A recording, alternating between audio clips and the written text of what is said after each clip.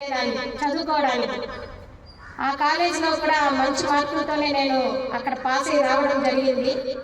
అదొకటే నేను రెగ్యులర్గా చేసిన బీఈడి. మిగతా అన్ని ఓపెన్ యూనివర్సిటీలు, పీజీలు అన్నీ కూడా ప్రతిరోజు మా సార్ తీసుకెళ్ళి తీసుకురావడము, దానికి సంబంధించిన బుక్స్ ఇంటర్నెట్లో అప్పట్లో అవన్నీ బయట వెళ్ళి తీసుకురావడానికి చాలా కష్టమయ్యేది.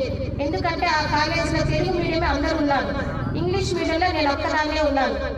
కాబట్టి దానికోసం ఇంటర్నెట్లో మా బ్రదరు కావాల్సినంత అప్పుడు సిస్టమ్ నేను ఇంట్లో అన్ని ఆ అబ్బాయి నాకు గ్యాదర్ చేసి ఇస్తుంటే రికార్డ్స్ అన్ని ఓన్గా రాశాను. అలా రాసి నేను బీఈడీలో కూడా మంచి మార్కులు సాధించి ఉన్నతమైన స్థానంలోనే కాలేజీలో వచ్చాను. అది సార్ గారికి కూడా తెలుసు, బాబు సార్ గారికి. ఆ తర్వాత పీజీ చేసేసాను, అంతా అయ్యింది. ఇంకా డిఎస్సి పడింది, ఎగ్జామ్స్ రాయాలనే విషయం కూడా నాకు తెలియదు. గవర్నమెంట్ స్కూల్స్ ఉంటాయి, వీటికి రాయాలని తెలియదు. ఎందుకంటే నేను బ్లాక్ టీచింగ్ కూడా ప్రైవేట్ స్కూల్లోనే చేశాను. ఇంకా అక్కడే అట్లనే ఉండిపోదాం అనుకున్నాను. దీనికి కారణం కూడా మా తమ్ముళ్ళే. వాళ్ళు ఇలా నువ్వు గవర్నమెంట్